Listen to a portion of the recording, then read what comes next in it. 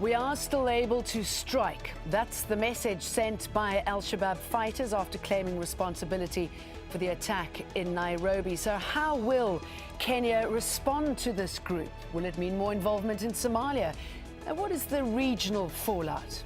This is Inside Story.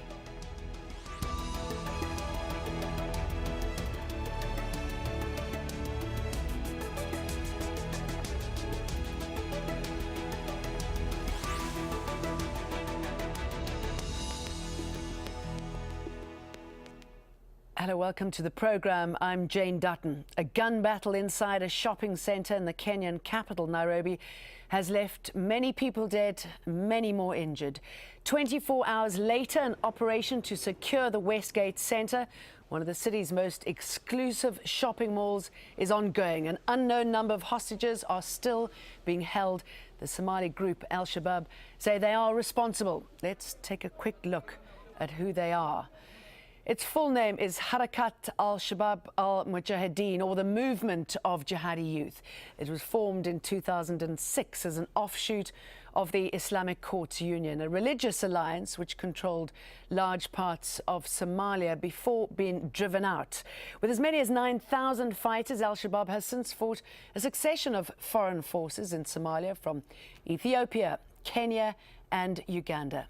Mohammed Addo has this report. The attack in Nairobi is one of the biggest al-Shabab has carried out outside Somalia. It could not have come at a more improbable time. The territory al-Shabab controls in Somalia is shrinking. The group has also just emerged from a leadership struggle. Al-Shabab's shadowy leader, Ahmed Abdi Godane, who goes by the title Emir, managed to realign the group's leadership and consolidate his power by killing some of his main opponents. Al-Shabab first emerged as a violent offshoot of the Union of Islamic Courts, which took control of Mogadishu in 2006. At the end of that year, Al-Shabab fighters unsuccessfully fought Ethiopian troops who had invaded Somalia to back the weak interim government. After its defeat at the hands of the Ethiopian troops, the group went underground and waged a bloody insurgency against the government and Ethiopian troops. It's during this time that the group swore allegiance to al-Qaeda and stated its real aim. We will establish Islamic rule from Alaska and Chile to South Africa, Japan, Russia to Solomon Islands, and all the way to Iceland. Be warned, we are coming. Al-Shabab also implemented a strict form of Sharia or Islamic law in areas under its control. In 2009, Al Jazeera filmed the first evidence of the existence of the foreign fighters bolstering al-Shabab's ranks. Nobody is now saying that al-Shabab is exclusively a Somali phenomenon. It is largely now seen as a terror organization with affiliation and, recruits everywhere. In 2011, Kenya sent its troops to Somalia to fight al-Shabab. It was the first time the Kenyan troops went to war. A year later, facing thousands of Kenyan and Somali government troops and the occasional suspected American drone strike, al-Shabab fled the port city of Kismayo, its biggest source of revenue. The group has since hit back with unconventional tactics such as car bombs, suicide attacks, and roadside bombs. The Kenyan leadership say there will be no let-up in the fight against al-Shabab, both inside and outside its borders. Mohammed Addo, Al Jazeera.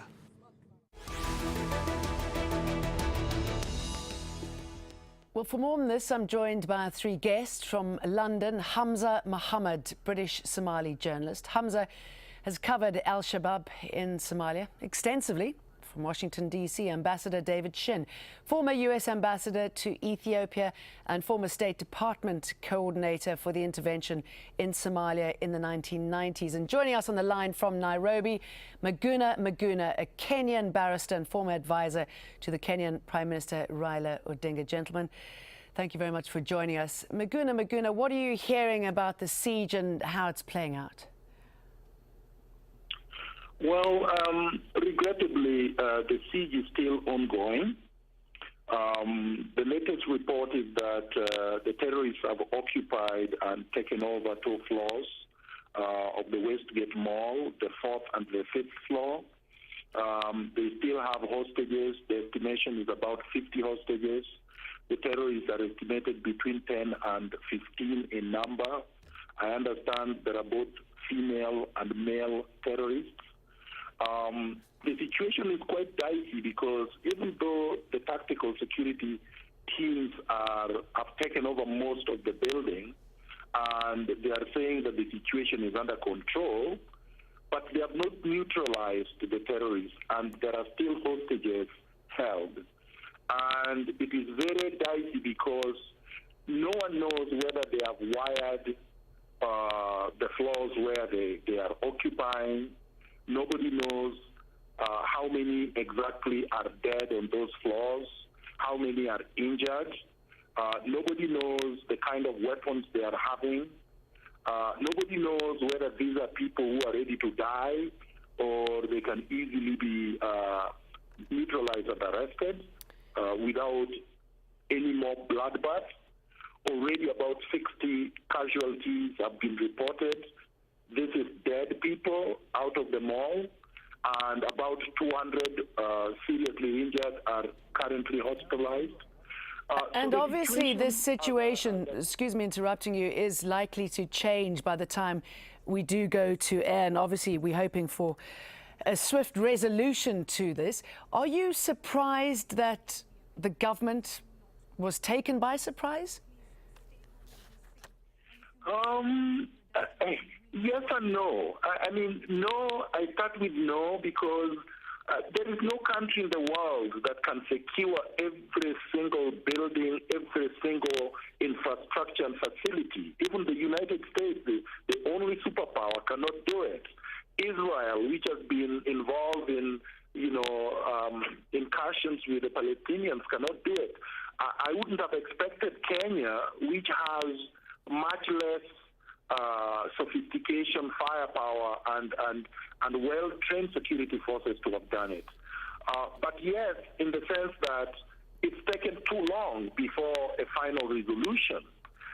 And the number of people that were involved with automatic weapons and the ease with which they entered the building and started shooting without any of them going down, that is a surprise, given the prestige of the facility they took over. Hamza Mohammed, you know al-Shabab. You've spent a lot of time with them, a lot of time researching them. What do you make of this attack and the message that they're trying to get across? To answer that question comprehensively, I think we need to go back to before Kenyan troops went into Somalia.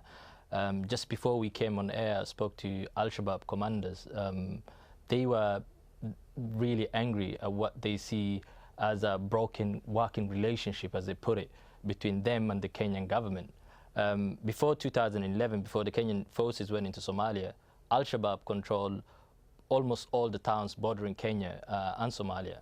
At that time, that region of Kenya was very peaceful, and I think it's well documented that the town of Garissa, which now sees curfews and assassinations and even roadside bombs, was one of the most peaceful towns in Kenya. There was that relationship, but what al-Shabaab commanders say is Kenya was at the same time planning to attack them, as was shown by the cables leaked by WikiLeaks.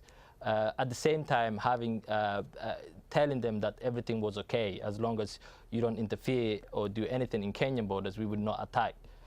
So al-Shabaab see this as a reaction to what they see as a Kenyan action, Kenyan forces invading Somalia. So to see what happened, what's going on in Nairobi, you have to go back and look up how this al-Shabaab were controlling most parts of the border towns, and yet the Kenyan towns at the border were very peaceful. Also, you need to look, this is the first attack in Nairobi that al-Shabaab have claimed.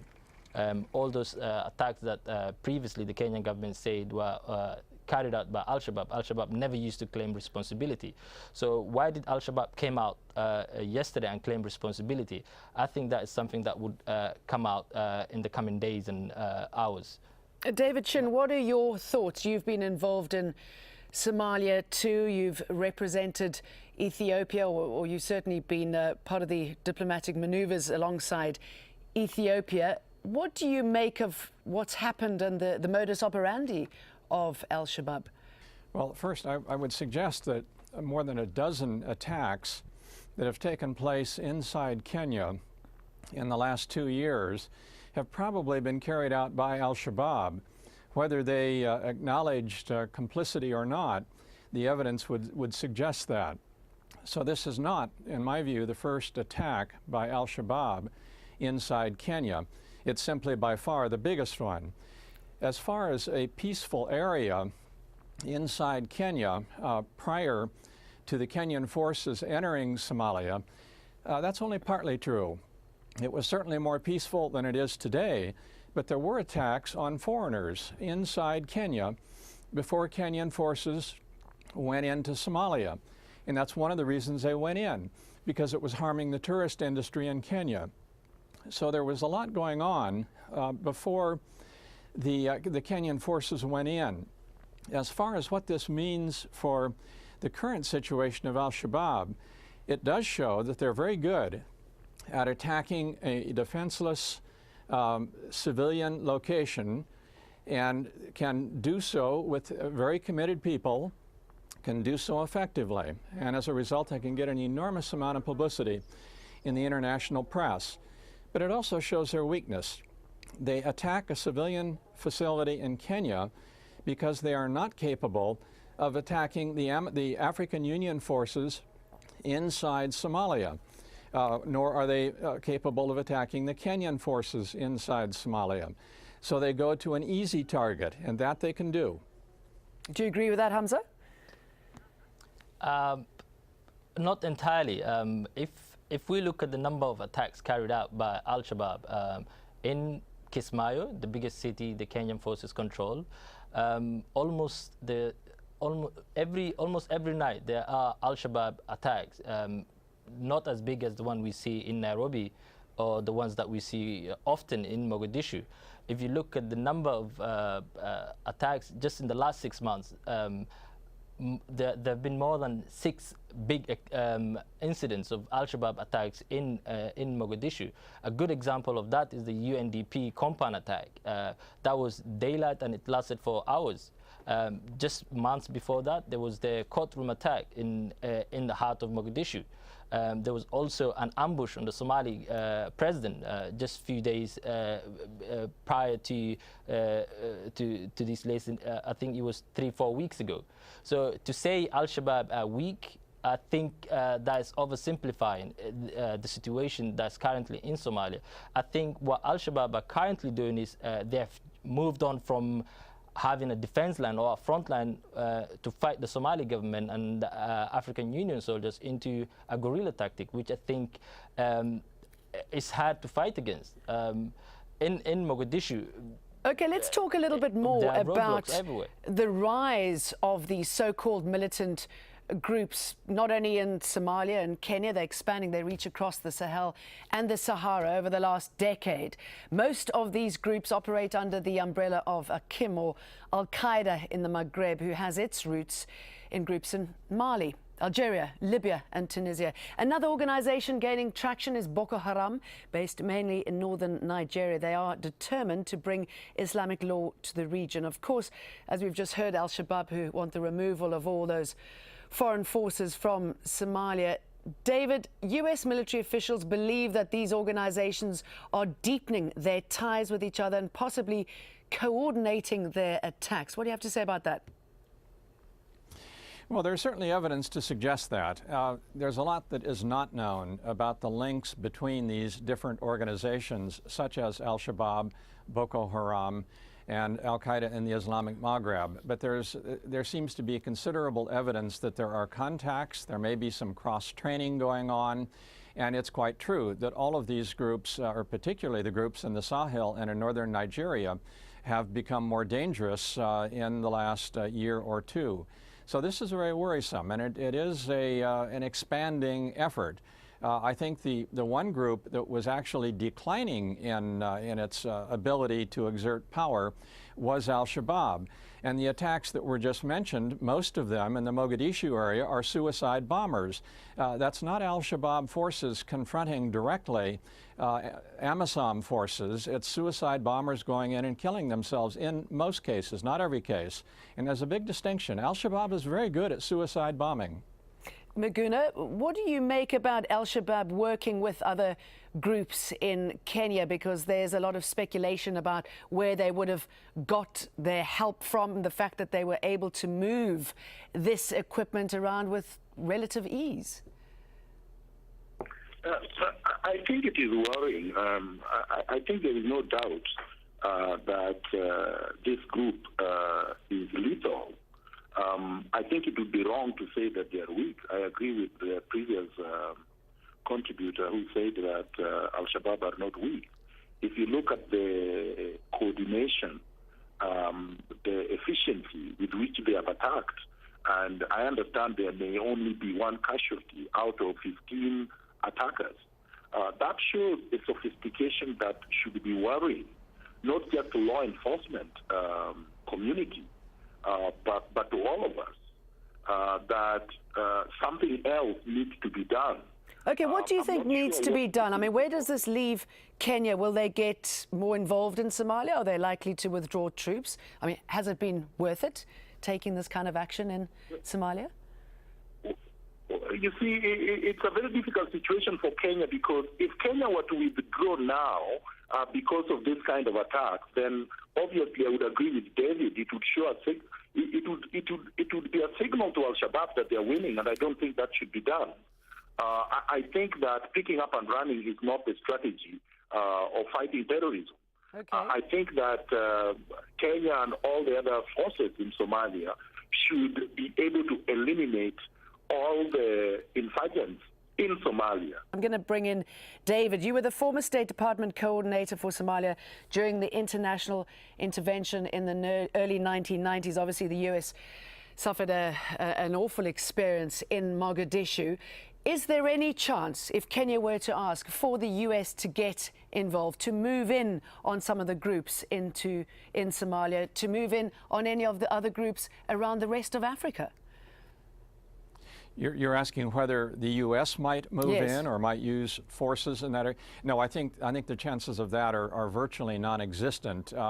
But I would suggest that what the Ugandans did after the attack in Kampala in July of 2010 was to significantly speed up and increase their activity in Somalia, to send more troops in to deal with al-Shabaab. Now, I have no idea what Kenya will do, but I think the Ugandans were fairly successful in what they accomplished. I've always argued that the sooner the Kenyans leave Somalia, the better, as soon as it's possible to do that. The timing now is very bad for doing that. It would send the wrong message.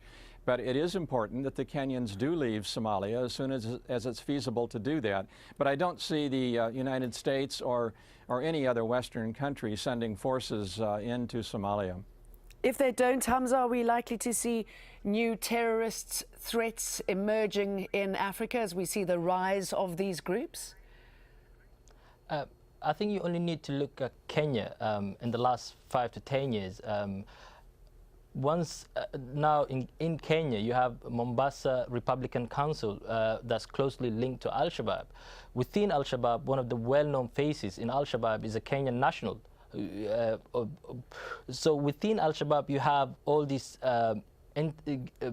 fighters from other backgrounds other than Somali. Al-Shabaab is not just a Somali group. They see themselves as an international jihadi organization that welcomes anyone who is willing or to conform to their beliefs or ideology. So within Kenya, there's already these groups that are very sympathetic or openly support al-Shabaab. So I think Kenya have made the decision to go into Somalia, and I don't see Kenya withdrawing from Somalia anytime soon, and I don't think al-Shabaab expect Kenya to withdraw tomorrow from Somalia too. David Chen, do you think the Arab Spring, the fall of Libya, the fact that the region is awash with arms is playing into this? Well, it certainly is in terms of the Sahel region. I don't think it has that much impact on what's going on in Somalia because of the distance factor and the simple fact that Somalia has always been awash in arms. They don't need any additional arms from Libya. There are plenty already there. So I think the Arab Spring issue, you have to dissect it sort of region by region. Northern Nigeria, Sahel area has a very major impact. Somalia, not so much. And what makes it so hard to fight these groups is that they all are prepared to die for their cause, aren't they?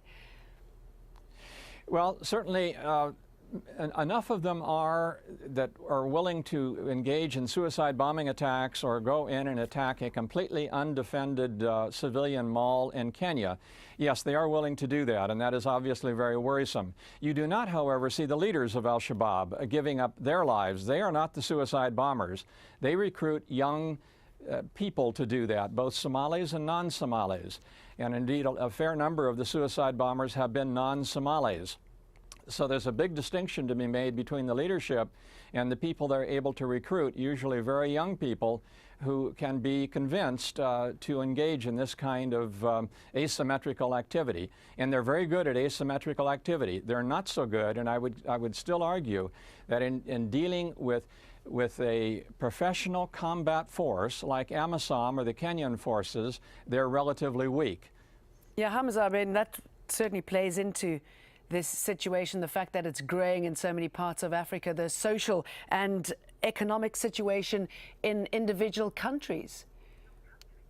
I think the idea of al-Shabaab being unprofessional or not able to stand to professional military force like AMISOM or the Somali government forces is not the true picture.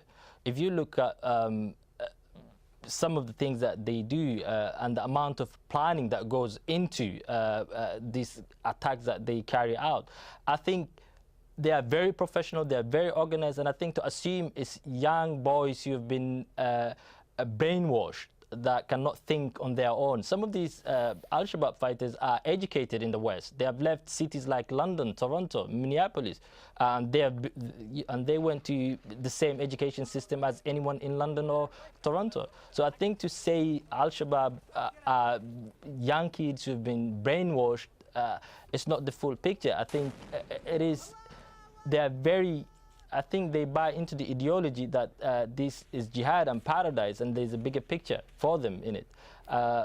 In terms of weapons, I think you need to look at the borders. Kenya and Somalia have a long porous border. They have borders with Sudan. They had a long war going on. You also have the border communities with Ethiopia, where automatic weapons are commonly used by pastoralists. So to carry out an attack like the one that we see going on currently in Nairobi with automatic weapons, I think the weapons are widely available in certain border towns in Kenya. David Shin, al-Shabaab after the strike said that we are still able to strike, and they clearly are going to continue doing this if they are able to. Have you been able to establish any sort of information where it might be next? No, I clearly, obviously don't have any knowledge at all as to where they might strike next. I don't doubt for a moment that they have the capacity to continue these kinds of strikes. I would like to clarify one point that Hamza made. When I'm talking about the young Somalis who are in effect convinced that suicide bombing attacks are a good thing for them, I'm referring just to those people who are the suicide bombers. I'm not talking about the leaders of al-Shabaab. They're smart enough to know not to engage in becoming a suicide bomber. I would agree that al-Shabaab is well organized. It has in the past been well financed, but it does have other imperfections, including a leadership division that may or may not have recently been resolved. And let's end with that and the fact that the situation on the ground is still ongoing. Thanks very much to my guests, Maguna, Hamza Mohammed and Ambassador David Shin. And thank you very much for joining us on this edition of Inside Story. If you want to, you can send us your feedback. We'd appreciate that. Just email your thoughts to us at insidestory@aljazeera.net. Thanks very much for watching. Goodbye.